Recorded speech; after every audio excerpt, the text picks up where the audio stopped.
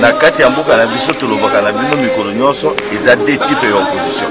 Eza opposition oyo Kabila ye moko a fabriqué na opposition eza contre ye.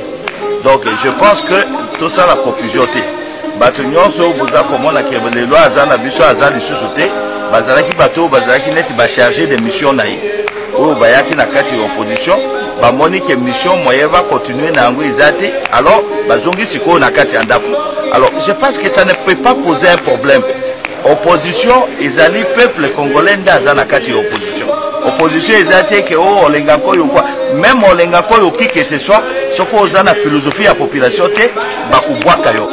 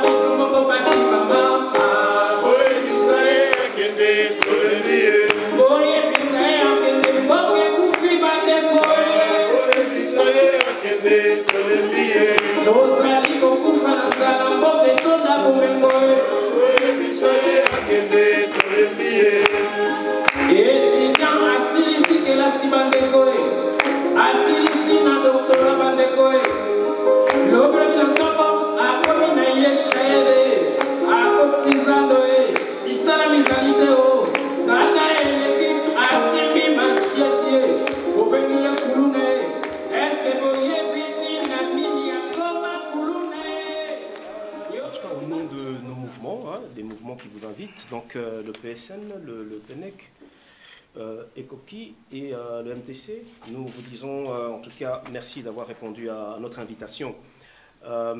C'est effectivement une conférence de presse, mais une conférence de presse que nous pensons être suivie évidemment par un moment d'échange avec les membres de la diaspora que vous êtes, autour d'un thème qu'on vous a communiqué, c'est-à-dire l'alternance démocratique en République démocratique du Congo et changement, quelles actions mener d'urgence.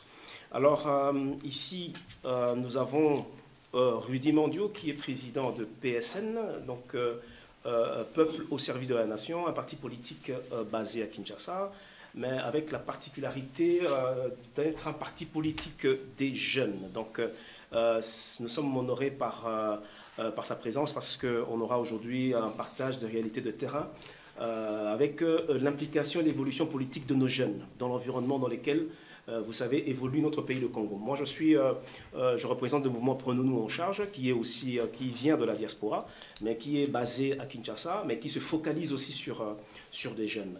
Alors, la démarche dans laquelle nous sommes, c'est de pouvoir organiser des jeunes, de pouvoir mettre ensemble des mouvements des jeunes, faire un bloc avec des mouvements des jeunes, parce que nous considérons que la population congolaise, elle est essentiellement composée des jeunes. 70% de la population congolaise, quinoise particulièrement, est composée des jeunes, entre 5 et 40 ans, hein, enfin entre 15 et 40 ans plus ou moins.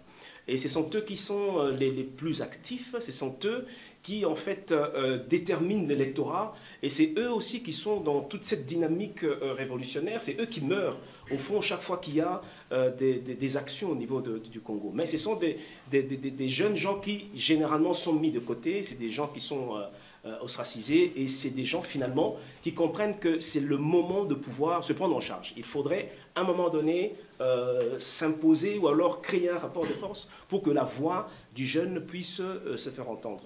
La démarche que nous avons aussi, c'est de pouvoir effectivement organiser ce bloc des jeunes sur place à Kinshasa pour l'efficacité des actions, mais c'est aussi pour créer un pont entre la diaspora et les structures, la dynamique des jeunes qui se met en place en tout cas au niveau de Kinshasa. Et ce pont est très important dans la mesure où, comme vous le savez, dans la diaspora, c'est quand même un peu une sorte de vivier d'intelligence, de la stratégie et surtout des moyens financiers. Donc une diaspora qui est sensibilisée aussi par rapport à une démarche bien déterminée au profit des actions des jeunes, c'est une diaspora en tout cas qui va pouvoir se mettre aussi en danse pour pouvoir être un réel soutien à ce qui se fait au Congo. Alors, il y a beaucoup d'actions en tout cas qui seront lancées dans le cadre de la démarche dans laquelle nous sommes. Mais alors ici, moi, je désire bien inviter évidemment Rudy Mandio à pouvoir nous parler un peu. C'est un peu lui que nous recevons. Il vient de Kinshasa. Il évolue à Kinshasa. Le parti politique des jeunes PSN évolue à Kinshasa avec toutes les péripéties locales. Donc nous pensons qu'il a en tout cas des choses à nous dire. Il va essayer de nous présenter plus ou moins comment ça évolue, les difficultés, les contraintes éventuelles par rapport à la démarche dans laquelle nous sommes. Évidemment, je pense qu'il aurait un mot pour la diaspora. Il parlera peut-être 15 minutes et puis on se livrera aux questions au départ des journalistes et puis par la suite, toute autre personne peut bien s'exprimer. Voilà, Rudy Mandio. Merci beaucoup Damien et je te remercie personnellement pour l'occasion que tu me donnes, étant que président d'un parti politique et représenter le parti ici face à la diaspora Europe et discuter ensemble. Et aussi, je vous salue tous, bonjour, et merci de nous honorer d'être là. Votre présence, c'est vraiment quelque chose de bien pour nous. Avant de commencer, je pense que j'aimerais peut-être dire, on est aussi là, personnellement aussi écouter, échanger avec vous, parce que là, c'est vrai qu'on a eu le temps d'échanger avec le camarade. Comme hier, nous avons eu une sorte d'atelier, une confrontation d'idées, des réflexions avec les jeunes de partis politiques d'ici, MR, Didier Reinders, ainsi que d'autres. C'était vraiment un moment d'échange très bien. C'était vraiment fructueux parce qu'on essaye aussi de relier le pont entre le sud et puis nord.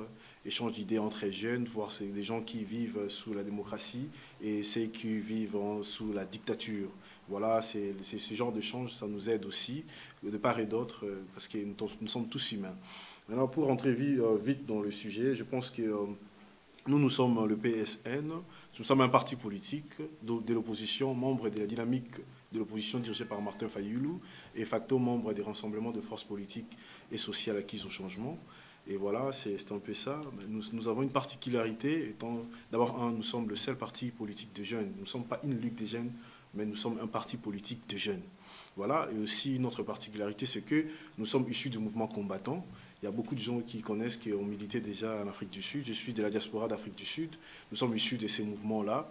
Et seulement qu'on était trop fatigués de militer dans le riz de Johannesburg, Pretoria.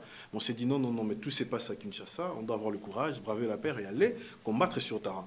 Et voilà, on est descendu, nous sommes allés combattre sur terrain. Mais avant que nous soyons d'abord un parti politique, on était des activistes avec le combattant et puis on s'est transformé en un think tank.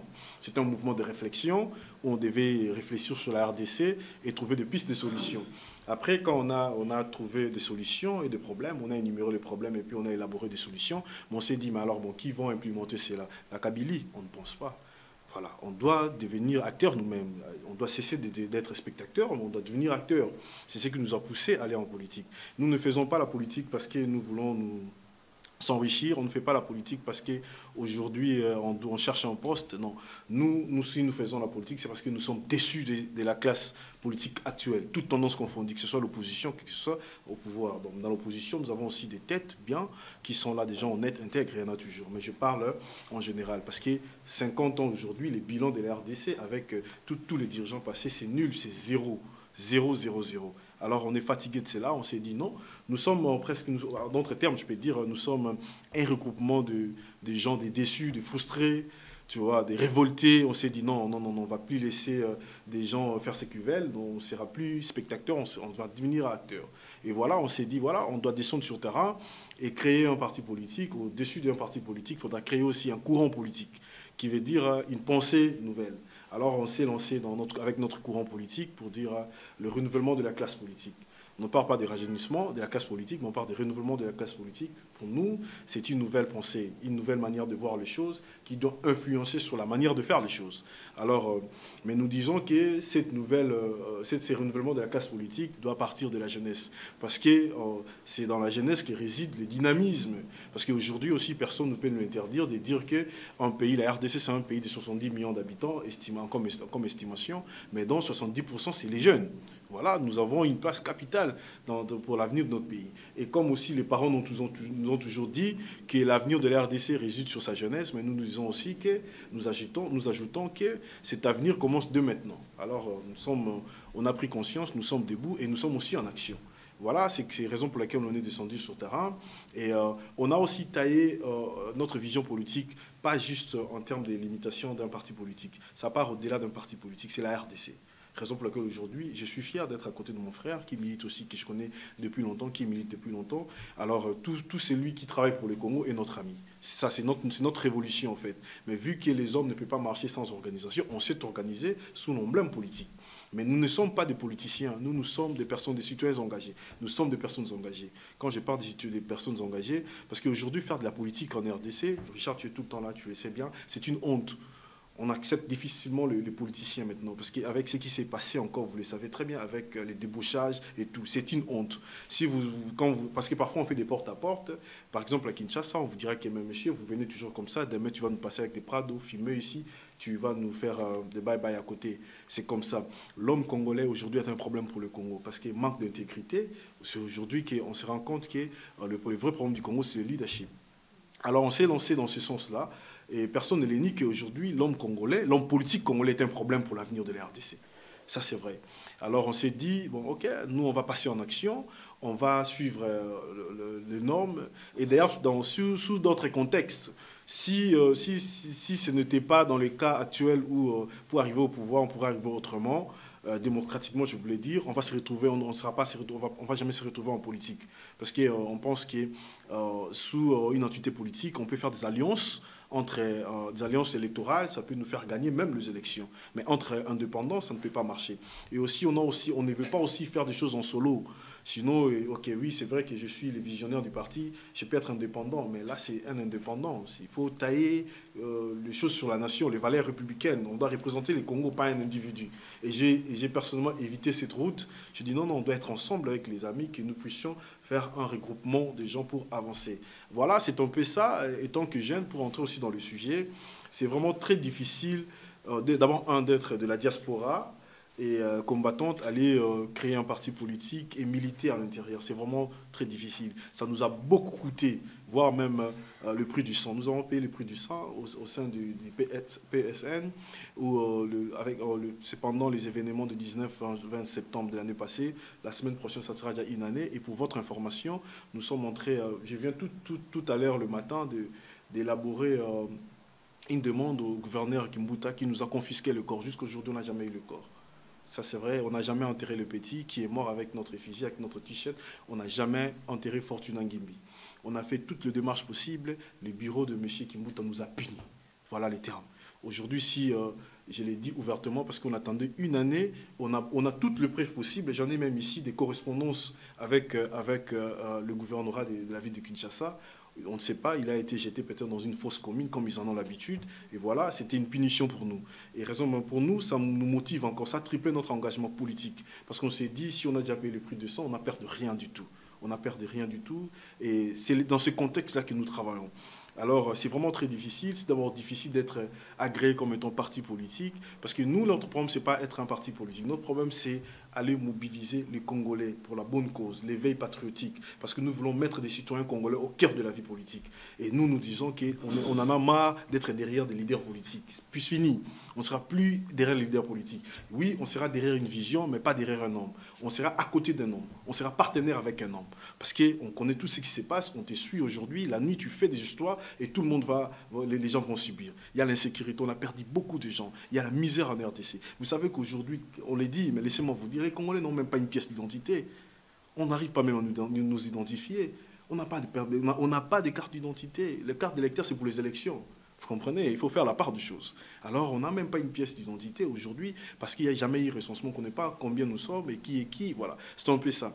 Alors, on se retrouve aujourd'hui dans ces contextes de choses qui est vraiment très difficile de militer à l'intérieur. Alors, nous, qu'est-ce que nous, on a fait? On a juste mis l'engagement citoyen au cœur de la vie politique. Alors on s'est dit, voilà, on va plus mobiliser les jeunes, parce que nous voulons faire de jeunes de nouveaux leaders. Parce qu'on se pose beaucoup de questions. Nous voulons un Congo libre et démocratique. Mais la question revient toujours, quel est ce leadership que nous baptisons aujourd'hui qui va répondre à cette question? Nous voulons un Congo où les leaders seront intègres. Mais qu'est-ce que nous faisons aujourd'hui? Avons-nous une école ou une formation ou quelque chose des leaders de demain qui vont conduire les Congos meilleurs de demain? C'est ça la question. Alors on s'est dit non, on doit créer une plaque, on doit créer un regroupement qui sera comme une réserve des leaders de demain et autres. Voilà, c'est dans ces contextes que nous travaillons en RDC. Ça nous a pris 1 année, 8 mois pour être agréés. C'était très difficile, très difficile. Les bureaux des ministres de l'Intérieur à l'époque, ils ont bloqué. Il y a eu beaucoup de manœuvres très difficiles. Et aussi, la liberté d'expression, c'est vraiment très réduite, voire même aujourd'hui, ça impacte même sur les journalistes. Beaucoup de médias internationaux souffrent pour renouveler leur agrément des travailleurs en RDC. La RFI n'a pas diffusé, n'a pas émetté ou diffusé, je ne sais pas comment on dit, pendant au moins 9 mois. On se retrouve dans ce contexte-là où il y a même des experts des Nations Unies sont morts. Au Kasaï, il y a l'insécurité, il y a tout ça à cause d'un homme. Parce qu'aujourd'hui, il faut bien le dire que M. Kabila reste le blocage principal pour les élections. Nous sommes allés en RDC pour militer qu'il y ait alternance. Parce que pour nous, l'alternance par la voie des élections reste l'oxygène de la démocratie. Parce qu'on ne peut pas nous dire aujourd'hui, là où il y a 70 millions, 80 millions de personnes, il n'y a qu'un seul homme capable. Même scientifiquement parlant, mathématiquement parlant, tu ne peux pas l'éprouver. C'est impossible. Alors aujourd'hui, on se rend qu'on nous dirige par défi, par force. Il ne respecte rien comme accord, il n'a pas respecté la Constitution. Au 19 décembre, il devait y avoir alternance, mais seulement que nous, au rassemblement, on s'est dit on doit aller au dialogue parce qu'on croyait toujours à une passation de pouvoir pacifique en RDC. Pour nous, c'était le rêve. Donc je salue la mémoire du président Etienne Tshisekedi de Moulumba, qui rêvait toujours, c'est un démocrate qui rêvait toujours une passation de pouvoir pacifique en RDC. Il y a eu beaucoup de morts, on ne pensait pas multiplier, ajouter encore d'autres morts qui ne changeront rien du tout. Mais M. Kabila, il ne respecte rien. Aujourd'hui, comme nous sommes allés avec l'accord de la Sainte-Co, avec l'accord de la Saint-Sylvestre, avec le prêtre, les évêques, il a débauché des gens, la corruption, ce sont ses pratiques depuis ses 16 ans de règne en RDC, c'est comme ça qu'il fonctionne. Et voilà, on s'est dit, au niveau du rassemblement, nous devons reculer, parce qu'il y a des gens qui croyaient que nous courons derrière le poste.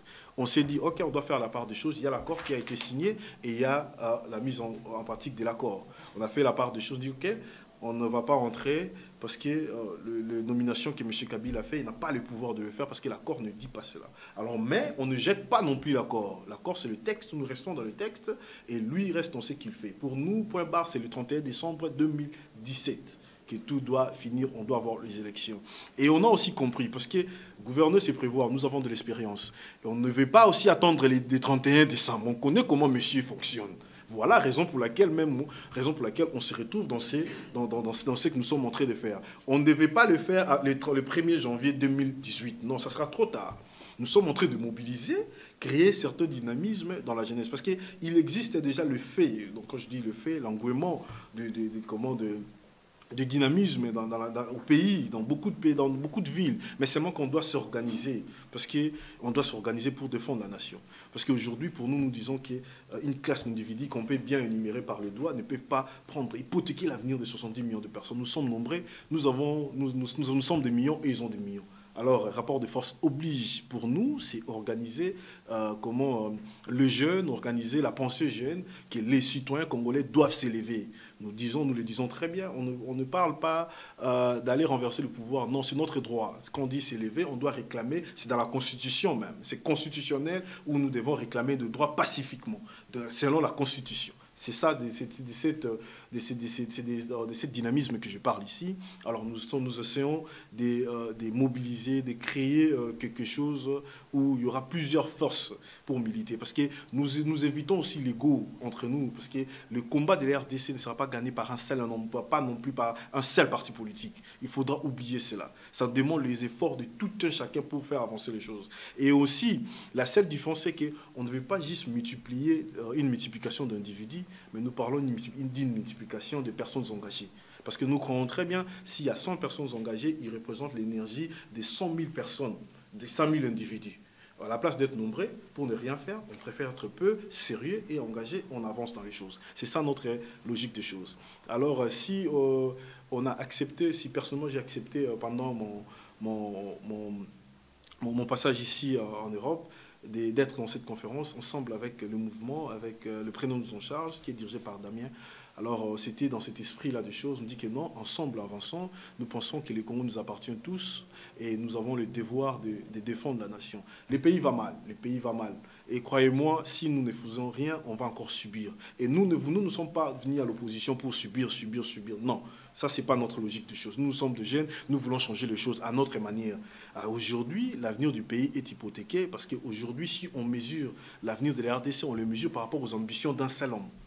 Ça, c'est insulter, cracher sur le Congolais. On ne peut pas mesurer l'avenir d'un pays en rapport avec par rapport aux ambitions d'un seul homme. Ça ne marche pas. Alors, c'est dans cette logique de choses qu'on s'est engagé dans cela. Le non-respect de la Constitution, et ça nous a amené là où nous sommes. Ça a abouti à avoir un accord qui ne respecte pas aussi.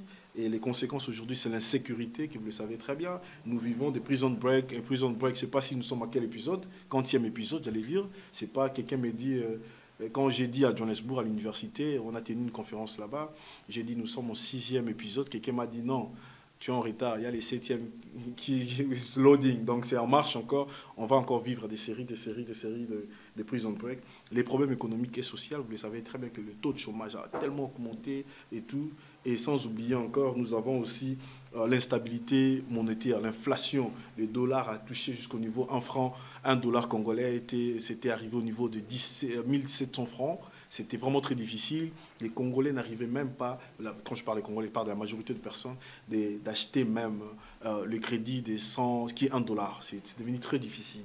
Alors aussi, nous avons aussi beaucoup d'argent non payé, ce qui a fait qu'il y ait beaucoup de grèves, par-ci, par-là. Vous le savez très bien que dernièrement, on a eu des grèves, même de médecins qui ont grévé. Ils ont laissé une équipe technique, je peux dire, peut-être pour remplacer. Mais là, après, ils ont même enlevé cette équipe-là. Et ça a causé beaucoup de morts. Bon, aussi, chez nous aussi, les morts, c'est plus un problème, parce qu'ils en ont l'habitude. C'est ça leur mode de gouvernance. Les Congolais n'ont plus droit à la vie, même si vous mourrez 40, ça ne change rien du tout.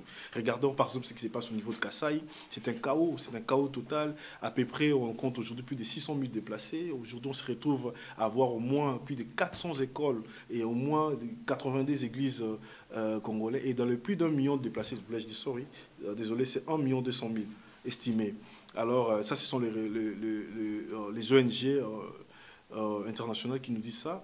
Alors, aujourd'hui, on se retrouve dans à peu près 70% sont des enfants, ou 65 à 70% sont des enfants. Alors, vous voyez combien est-ce que ça nous touche tous. Et tout, la répression aussi.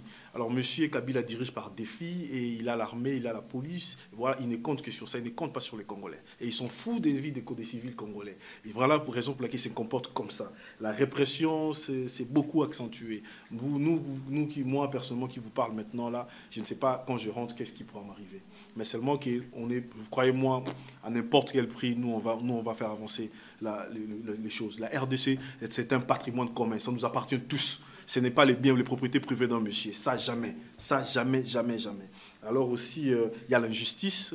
Beaucoup de gens qui sont en prison sans qu'il y ait même justice rendue ou les gens ne se rendent même pas au tribunal ou en justice pour aller de jour en jour. Mais ils ne sont pas des condamnés. Ils sont toujours là 5 ans, 6 ans, 4 ans, 2 ans sans être condamnés. Et nous avons aussi la liberté d'expression vraiment très, très réduite. C'est vraiment très difficile. C'est en ce moment ici. Voilà. Pour nous, parmi les pistes de solutions, pour finir peut-être, nous disons clairement que nous n'irons pas au 3e dialogue.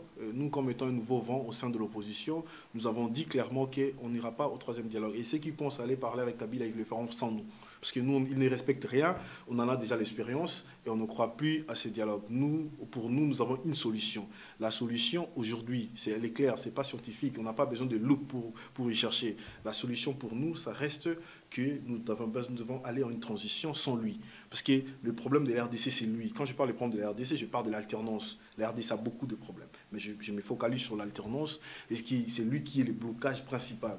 Alors, comme il ne veut pas organiser les élections, il arrête la machine électorale. On doit s'en passer de lui, c'est le mettre à côté et aller dans une transition et où on va choisir une personnalité consensuelle qui met à l'aise tout le monde. Mais la question aussi, c'est ça aussi là où le problème se pose. J'ai beaucoup été taquiné sur cette question parce que parfois, nous, les Congolais, on ne voit que les individus à la place de parler sur l'idéal. C'est même la fameuse transition que nous parlons, on n'a même pas encore arraché. Mais les gens se divisent déjà sur qui doit conduire cette transition. Ça, on ne doit pas, pour nous, les débats, tel n'est pas encore le débat. Les débats, c'est d'abord arracher même cette transition. Et après, nous verrons maintenant qui. Parce que si nous renversons les choses, on ne va jamais arriver. Même la fameuse transition que nous parlons ici, on ne va jamais l'arracher. Parce que dès le départ, nous sommes déjà divisés. Ce n'est pas Damien, ce n'est pas Ridi, ce n'est pas tel.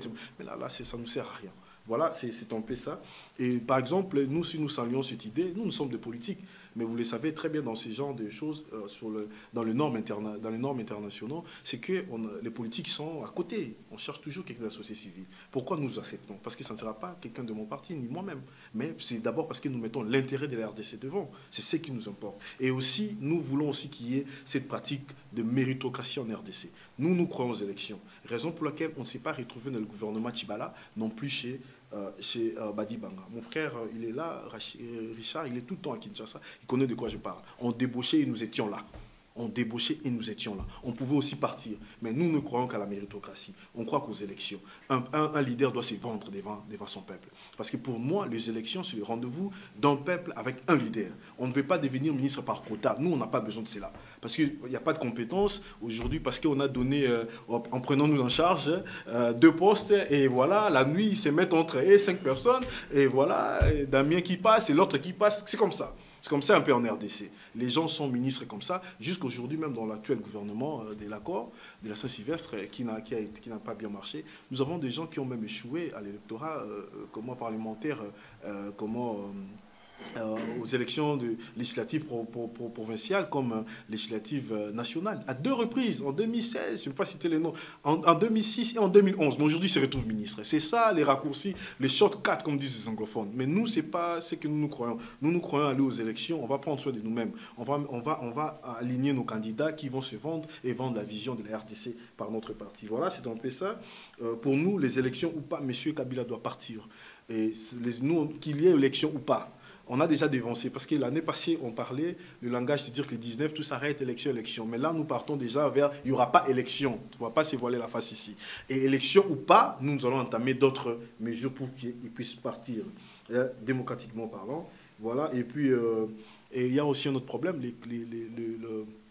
comment dirais-je, l'enrôlement des Congolais de la diaspora. Cette histoire de l'enrôlement, oui, on comprend les soucis. Peut-être les gens regardent un peu d'une autre manière, mais avec la petite expérience que personnellement que j'ai au niveau de Kinshasa, il y aura élection un jour ou pas. Il y aura toujours élection, les amis, croyez-moi. Parce que le retour à l'ordre constitutionnel est obligatoire, à moins que tu ne sois pas démocrate. Parce que la Constitution, s'il n'a pas été abolie, la Constitution est là. Vous comprenez? Il y a juste une pause parce que l'accord est là. On doit rentrer dans la Constitution. Et aussi, les élections est un droit. M. Kabila ça ne lui regarde pas. Ce n'est pas son problème. Qui bloque la CENI ou pas, nous devons aller aux élections. Nous sommes aussi contre la position de la SADC parce que aujourd'hui, et l'Union africaine, aujourd'hui, la diplomatie de M. Kabila se repose beaucoup plus là-bas. Et on comprend très bien cette vieille classe politique en Afrique, c'est comme ça, où on a beaucoup de présidents qui veulent traîner au pouvoir, alors ils se soutiennent entre eux. Et nous sommes en train de dire que même cette révolte que nous sommes en train de faire en RDC pour l'alternance, ce n'est pas qu'en RDC. Vous avez vu ce qui s'est passé au Kenya, par exemple. L'Afrique bouge. Ils doivent comprendre que c'est le temps de l'alternance partout. Nous ne vivons plus comme on était avant. Ça bouge dans tout. On a vu ce qui s'est passé au Sénégal, nous avons vu ce qui s'est passé en Gambie avec Yaya Jammeh, on a vu ce qui s'est passé en Burkina Faso, on a vu même en Tanzanie où le président est sorti, il a laissé. Aujourd'hui, nous envoie des photos être dans ces champs d'agriculture et machin et autres. Et on aime cela. On lui remercie aussi le président que j'ai rencontré à Washington, et c'est là 3 mois. Voilà pour cette lutte. Comme Damien l'a dit, le deuxième dossier, c'est aussi créer un pont entre la diaspora et les actions de la diaspora et au Congo. Nous, quand on a la chance de poser des questions aux gens à Kinshasa ou à Lubumbashi, que pensez-vous des combattants ou de la lutte que mène la diaspora? Ils vont vous dire que non, ce sont des gens qui tabassent les politiciens quand ils viennent là-bas. Deuxièmement, ce sont des gens qui arrêtent le cancer, c'est tout.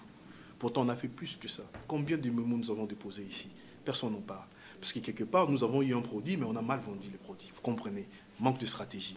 Oui, c'est bien de faire ce qu'on fait, mais à chaque étape, on doit ajouter des nouvelles stratégies. Parce que notre ennemi aussi, c'est un virus à multiples formes. Il change à tout moment. Vous voyez ce qui s'est passé? Nous sommes sous un régime où quelqu'un peut signer comme ça, il engage toute une nation et demain, quelqu'un va passer à la télé sans signature, sans qu'on dise qu'on a signé sous réserve. Donc vous comprenez à qui on a affaire. Les gens changent à tout moment. Et aujourd'hui, on peut signer pour dire que comment on doit avoir un Premier ministre. C'est que l'accord est écrit. Mais là-bas, demain, ils vont nous dire qu'ils vont nous donner nous 3 noms. Donc vous comprenez, contre l'accord, à quel genre de personnes on fait face à? Alors nous aussi, de notre côté, ça nous demande aussi à multiplier des stratégies pour avancer. Alors sur ces, nous disons, si aujourd'hui, il y a un lien qui existe entre la diaspora et la population, ces liens existent. Mais c'est juste du côté transaction d'argent ou les appels qu'on fait pour savoir comment vont nos familles et aussi donner, savoir aussi comment nous allons aussi ici. Alors pourquoi ne pas profiter par ces canaux-là, aller d'imposer aussi certaines histoires? Parce que jusque-là, ils militent de leur côté, nous militons de notre côté. Mais on a aussi compris que nous pouvons servir de pont. Quand je dis nous, qui sommes là-bas, parce qu'on connaît la réalité de l'extérieur et la réalité de l'intérieur. Servir d'un pont pour que... Parce que le Congo, même c'est de la diaspora, reste congolais. Pour nous jusque-là, nous considérons la diaspora comme une 27e province de la RDC. Et nous le savons aussi très bien, avec tout ce que nous envoyons en RDC, dépasse même les budgets du gouvernement Matata, en commençant par Kizenga jusqu'à Chibala. Donc on connaît très bien. Alors la diaspora a un rôle très important à jouer. Voilà peut-être le résumé de ce que nous sommes en train de faire. Et nous disons encore que l'heure est grave, ça demande que nous puissions tous nous élever. On ne sait plus l'heure de laisser les politiciens avancer, l'heure maintenant que nous tous, des citoyens engagés, que nous puissions faire quelque chose. C'est ça le nouveau discours. On ne doit plus laisser les politiciens qui seront débauchés là, demain par M. Kabila, qui vont hypothéquer notre avenir. Non, nous ne sommes plus des acteurs. On les regarde plus faire ce qu'ils font là. Nous sommes plus des spectateurs, voulais-je dire. Nous sommes devenus des acteurs. Nous croyons en nous-mêmes, nous croyons en nous. Si on va échouer, ok, laissons-nous d'abord oser. Parce que là, il faut nous laisser oser. Nous voulons oser avec tous les moyens possibles. Merci beaucoup.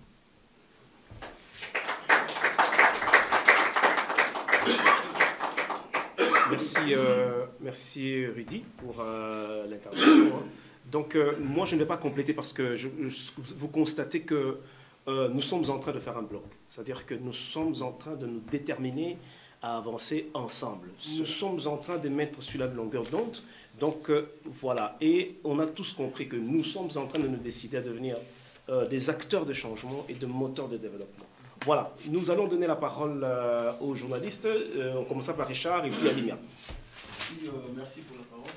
Je voulais savoir comment définissez-vous la jeunesse? Si c'est par rapport à l'âge, j'aimerais vous dire que l'homme congolais, en général, s'engage trop jeune en politique. Nous avons le cas de Lumumba, Mobutu, Kasavubu, Tshisekedi, voire Kabila qui est devenu président en maintenant, comment vous comptez faire la différence? Parce que nous savons que le problème, ce n'est pas la jeunesse. La jeunesse s'engage, une fois aux affaires, il s'éternise. Et vous, si vous parlez de la jeunesse, une fois, comment vous allez faire pour faire la différence entre la jeunesse des années passées et la jeunesse qui vous appelez à vous rejoindre? Ok, on prend une deuxième question en même temps, comme ça tu... Ouais. Oui, Alimia, oui. Ma question c'est celle-ci, donc 2 ou 3 questions, c'est possible. Alors, la première question, moi je voudrais savoir quels sont les objectifs que vous êtes fixés en créant votre parti politique. Les objectifs, si vous pouvez nous les énumérer clairement. Ça c'est la première question. Deuxième question, vous faites partie du rassemblement. On venait de le dire. Est-ce que vous avez l'impression d'être écouté? Est-ce que vos idées sont prises en compte au sein du rassemblement? On sait bien que le rassemblement est dominé par les vieux de la politique congolaise. Est-ce que vos idées sont vraiment prises en compte? C'est la deuxième question. Et la dernière question, vous travaillez avec des jeunes au Congo, vous connaissez très bien la réalité sur le terrain.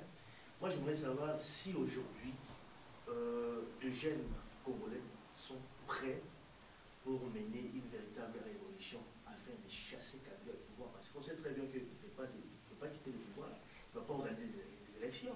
Vous parlez de la tenance démocratique par les élections, ce n'est pas une utopie quelque part. Est-ce que ces jeunes sont prêts aujourd'hui de sortir, mener une révolution pour chasser Kabila du pouvoir?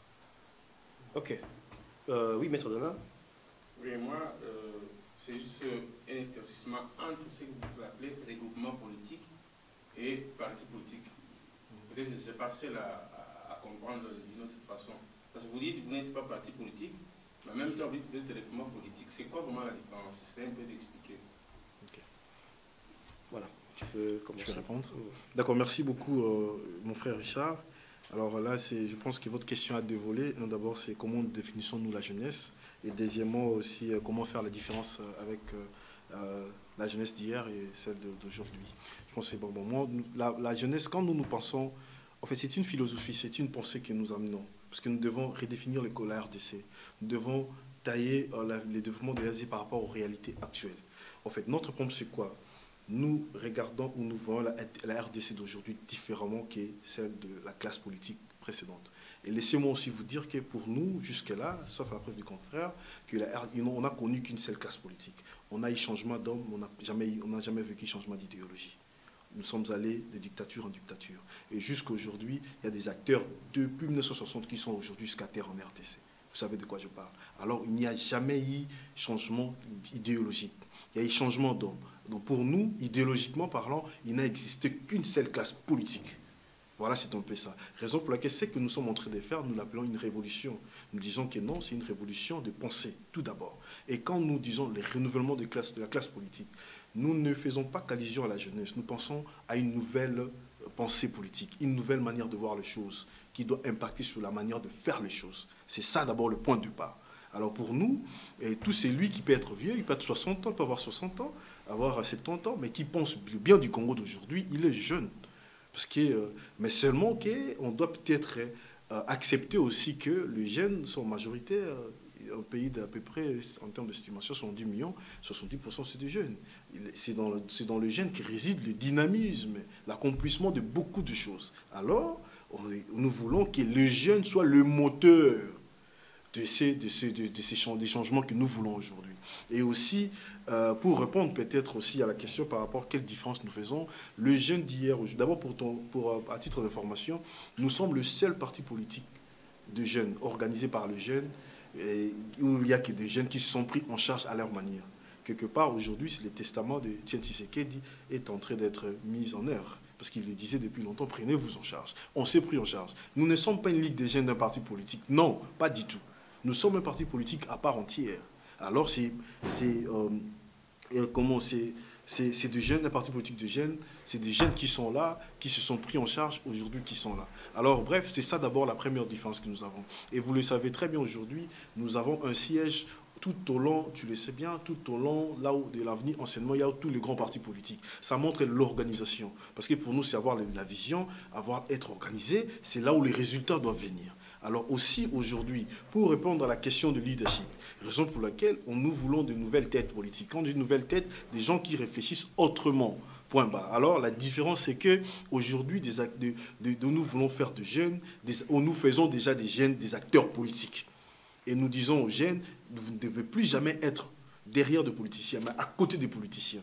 Nous, on s'est pris en charge. On s'est dit que non, plus question d'attendre un Elongakoy qui va nous dire quoi. Non, nous, c'est le Congo nous appartient. Nous-mêmes, on va se dire quoi. Nous-mêmes, nous allons faire quelque chose. C'est comme ça, c'est ça la différence que nous imposons aujourd'hui. Nous voulons mettre des jeunes Congolais au cœur de la vie politique du pays.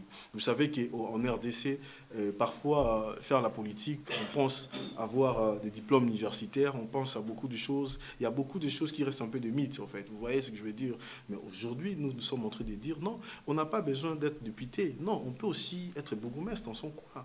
Et aussi, nous enseignons aussi aux jeunes que la politique, c'est pas juste l'art d'aller, tout le monde doit faire la politique. Non, nous avons des projets, nous devons même développer les secteurs privés. Aujourd'hui, nous ne voulons pas que nous voulons donner une nouvelle image en RDC, où la RDC ne doit pas être vue comme un terrain humanitaire, on doit nous venir nous faire dedans. Nous voulons que la RDC soit vue aussi comme un terrain de business, un terrain d'affaires. Toute l'Afrique, c'est comme ça. Aujourd'hui, le secteur privé, si ça se développe, ça sera mieux même de loin que le secteur public. Et nous disons aux jeunes, n'attends pas ce que la RDC doit faire pour toi. Tu dois plus te poser la question, qu'est-ce que toi tu peux faire pour la RDC? C'est ça. On renverse, on change un peu la donne. Et aussi, une autre différence, c'est que par rapport à la jeunesse d'hier, c'est que nous disons, quand nous faisons de porte-à-porte, on dit aux gens, non, nous ne sommes pas venus faire le clientélisme, votez-nous. Non, nous voulons que vous soyez avec nous. C'est ça la différence, en fait. Nous voulons que vous participez, pas assister. Raison pour laquelle j'ai insisté sur nous sommes des citoyens engagés, des personnes engagées, parce qu'il doit y avoir les dynamismes, des gens qui participent, mais pas les gens qui assistent. Tu ne pars pas juste déposer ta voix pour me voter moi. Non, c'est pas ce que j'ai besoin. J'ai besoin de toi comme partenaire politique.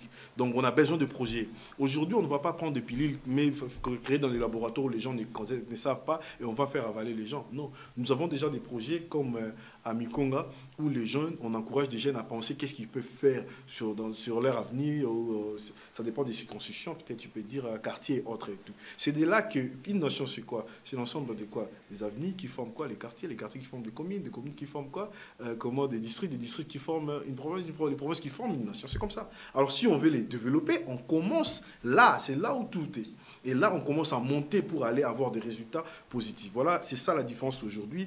Vous allez dire que M. Kabila est jeune, il est entre jeunes, mais laissez-moi vous dire, il est jeune, mais sa philosophie, sa pensée politique est vieille. Raison pour laquelle s'il était jeune, il allait laisser le pouvoir. Nous ne vivons plus à l'époque où les gens doivent faire 32 ans comme Mobutu. Non. Donc ses pensées politiques restent, sa pensée politique, voulais-je dire, reste vieille. Parce qu'on connaît très bien la classe politique qu'il a amenée au pouvoir, c'était l'AFDEL. L'AFDEL, près de Mouzé, c'était un Mouzé a combattu avec Che Guevara. C'est un nationaliste lumumbiste. On comprend déjà ce qu'il est.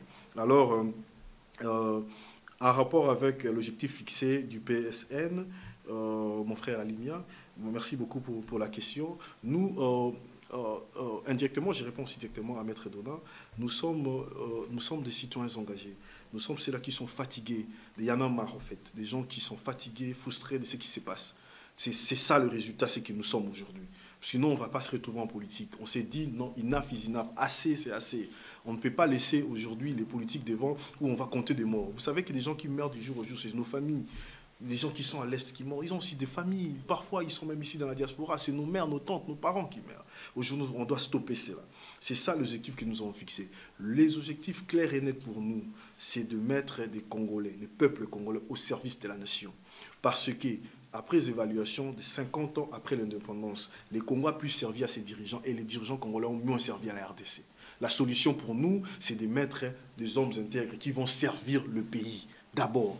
Et pour répondre à cette question, comme je l'ai donné l'exemple entre le Canada et la RDC, aujourd'hui, l'homme, on a trouvé très bien que le Canada, en 1960, même PIB, produit intérieur brut avec la RDC, on produisait de la même manière. À l'époque, nous avons eu la GCAMIL, la MIBA, Kilomoto, les restes. On avait la production intérieure brute au même niveau. Peut-être, je ne parle pas du social, ils étaient peut-être avancés, le plan social et autres, mais la production intérieure brute, on était au même niveau.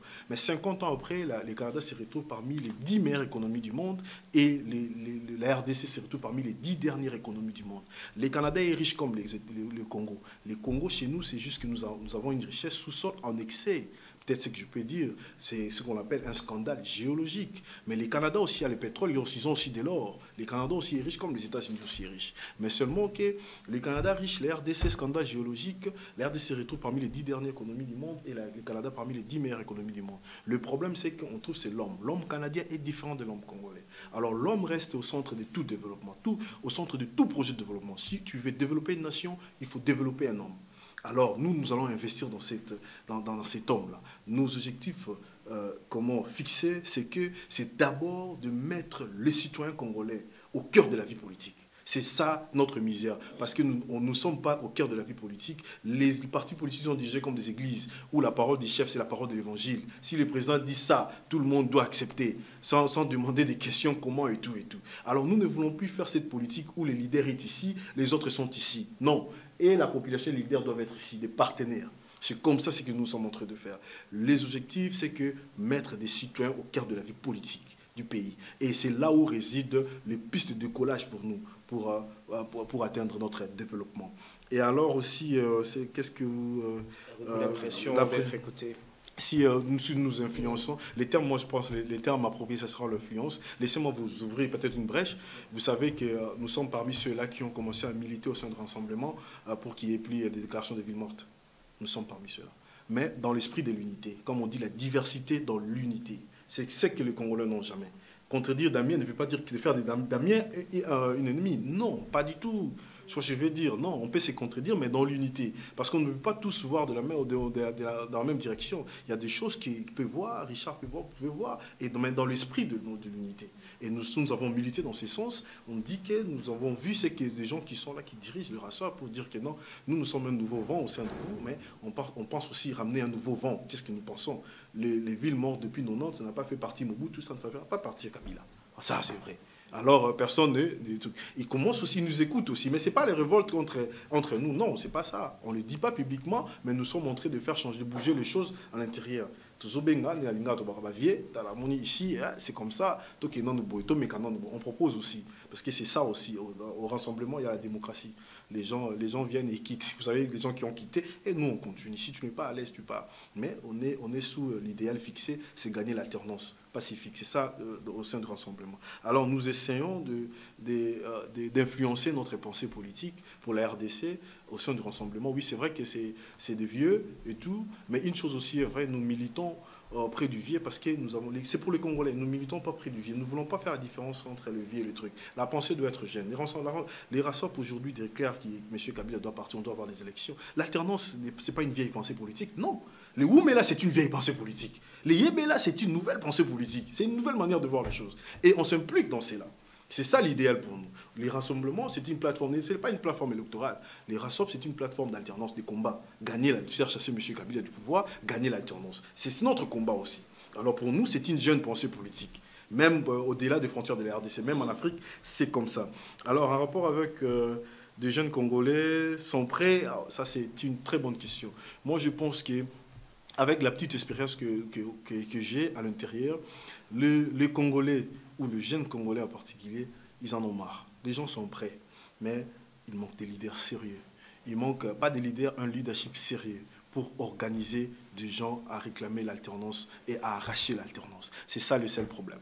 Les Congos aujourd'hui souffrent de leadership. Notre problème aujourd'hui, c'est le leadership. Il n'y a pas de leader, il n'y a pas de leader intègre, il n'y a pas de leader sérieux. Laissez-moi vous dire, les débauchages, il y en aura toujours. Les demandes des partis politiques, il y en aura toujours. C'est ça la mentalité des gens au Congo. Mais seulement que là où il y a le mauvais, il y a toujours de bons. C'est comme ça la loi de la nature. Là où la lumière et les ténèbres, le positif et le négatif, l'homme et la femme, et les bons comme le mauvais. Nous faisons partie de ceux qui sont bons et des gens qui vont changer les choses. Alors, c'est cette logique des choses que nous sommes en train de faire. Parce que pour nous, les garde-fous sont quoi? Peut-être vous allez dire que oui, il y a les Olenga qui ont parlé comme ça, les autres ont parlé comme toi, mais aujourd'hui, là où nous en sommes. Non, ils ont parlé comme nous, mais ils n'ont pas fait des peuples comme leurs partenaires. Si les peuples sont à côté là, ils peuvent te bousculer et tomber. Mais quand ils sont là-bas, quand vous me faites monter ici, vous êtes ici, mes jambes sont là, mes pieds sont là, je vous piétine. Point barre. Vous comprenez? Mais si on est tous ensemble comme ça, on peut se bousculer. C'est là où nous les garde-fous pour nous, c'est ça. De ramener le gène dans la politique, qu'on devienne tous des partenaires. Donc, Keba, Soro Meki, Tozawana, ok, nous on est là. Mais si aujourd'hui on voit qu'il manquait, c'est parce que c'est le vieux qui doit faire la politique. Quand ils vont se faire leur contrat de nuit, là on ne sait pas. Et voilà, on reste derrière. Les jeunes sont prêts, mais il manque un leadership sérieux pour réclamer cette alternance d'une manière pacifique. Merci beaucoup. En rapport avec Maître Dona, recoupement au parti politique. Nous sommes un parti politique. Quand je parle des recoupements, je ne parle pas des recoupements comme étant parti, non, des recoupements des personnes engagées, des frustrés. Ce n'est pas en termes de ces regroupements. Donc nous sommes un regroupement. Donc un regroupement, c'est un groupe de gens qui ont bâti leur avenir ou qui militent autour d'un idéal. C'est ça un regroupement. Alors un idéal fondé sur certaines valeurs. Nous sommes ces regroupements. On s'est dit que ce sont des gens frustrés, des gens fatigués de ce qui se passe. On s'est regroupés. Maintenant, la démarche à suivre pour changer les choses, nous utilisons la politique. Pour nous, nous ne sommes pas des politiciens, mais des citoyens engagés. Nous utilisons la politique comme un pont pour influencer notre mode de gouvernance. La politique est un fond. Dans d'autres contextes, si on pourrait arriver au pouvoir ou influencer notre mode de gouvernance sans la politique, on allait se retrouver dans cela. Merci beaucoup. Ok, je voudrais compléter peut-être sur l'aspect de l'alternance démocratique que notre frère Alimia a considéré comme étant éventuellement une utopie. Ici, l'alternance démocratique, moi je crois qu'il faut essayer de la situer un peu dans le processus. C'est que tout de suite là, il y a une urgence de pouvoir élaguer le régime qui est là. Ce n'est pas juste après le départ de Kabila qu'on parle de l'alternance démocratique. Non, l'alternance démocratique, c'est au moment où les élections sont organisées. Donc dans la démarche dans laquelle nous sommes, c'est que voilà, il faut qu'il y ait des actions qui peuvent permettre que nous puissions mettre le régime actuel en dehors de la course. C'est lorsqu'il y a cette transition citoyenne que nous souhaitons, la transition citoyenne devrait en tout cas se dérouler avec tous les paramètres de crédibilité qui en ce moment-là pourront permettre une alternance démocratique. Et là je pense que ce n'est pas tellement une utopie. Et par rapport aux jeunes, s'ils sont prêts pour la révolution, mais je crois que c'est comme dit le frère. Donc en d'autres termes, on dit que les gens, le peuple congolais est prédisposé. Il y a déjà une prédisposition à cet élan révolutionnaire. Alors, mais ce qu'il faudrait aujourd'hui, et c'est aussi ça, notre démarche, c'est une sorte d'étincelle. Il faut doper le peuple. Il faut finalement continuer à préparer le peuple, particulièrement les jeunes, à pouvoir véritablement entrer en période de révolution. Mais sinon, c'est comme dit mon frère, c'est qu'il y a déjà cette prédisposition, mais il faudrait les préparer. Et pour les préparer, il faut une organisation, il faut une détermination, il faut un leadership qui soit crédible, qui soit patriote. Et ce leadership, nous le voulons aussi un peu au sein de toute cette dynamique des jeunes. Voilà, on passe à une deuxième série de questions. Et puis, on va demander à l'Assemblée, après, les journalistes, et ce sera peut-être... Ba